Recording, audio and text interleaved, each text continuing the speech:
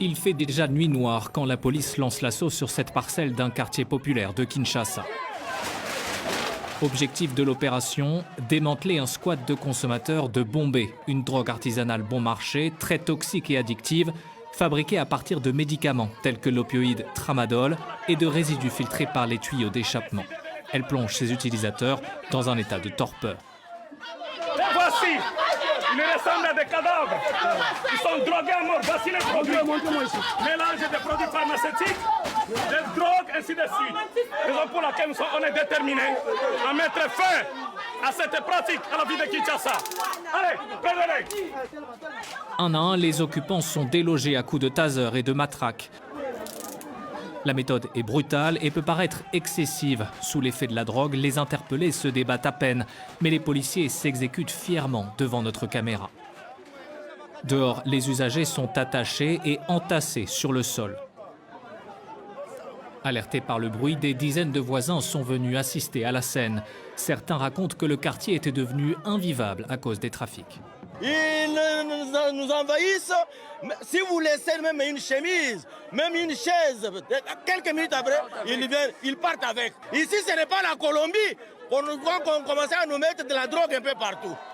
Depuis fin août, la police de Kinshasa multiplie les descentes antidrogue. Consommateurs, dealers et fabricants sont systématiquement arrêtés. Cette drogue bombée est pratiquement une arme de destruction massive. Nous nous attaquerons sans cesse aux vendeurs et aux jeunes qui consomment pour que nous sauvons notre population.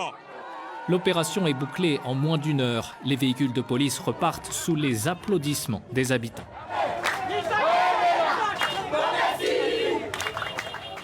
Des gens qui dorment debout et errent dans les rues en titubant. Ces images ont fait le tour des réseaux sociaux en RDC. À Kinshasa, la progression de la bombée n'inquiète pas que les autorités. La pratique là de bombée, on n'est pas d'accord avec ça. C'est vraiment un élément très capital qui est en train de détruire la mer.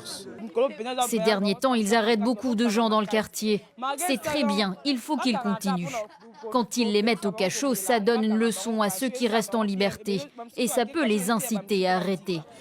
Tout le monde n'est pas de cet avis. Des associations cherchent à venir en aide à ces jeunes. Allons-y. Comme chaque jour, Diane et son équipe distribuent gratuitement des repas aux drogués du quartier. Pour elle, la répression policière n'est pas la solution. Il y a toujours eu des arrestations de drogués. Ça n'a pas arrêté les gens à consommer la drogue. Vous êtes là sur le terrain, vous avez constaté que la plupart des drogués sont malades. Ils ont besoin de prise en charge médicale. Ils doivent être soignés.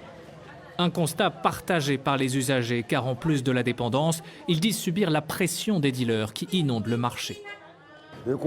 La bombée, si tu veux arrêter, tu n'y arriveras pas. Tu fais des crises, tu vas finir par mourir pour rien.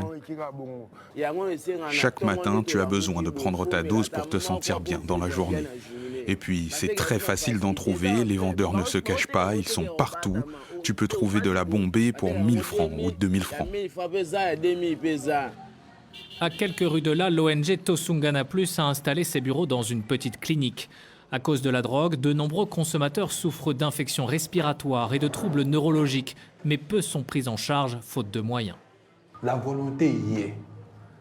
Les experts qui peuvent venir en aide à ces gens-là, nous les avons. Mais les médicaments coûtent cher. Et quand vous regardez les soins, au minimum, selon certains experts, c'est 6 mois. À l'hôtel de ville, le gouverneur dit assumer son choix d'une politique de répression.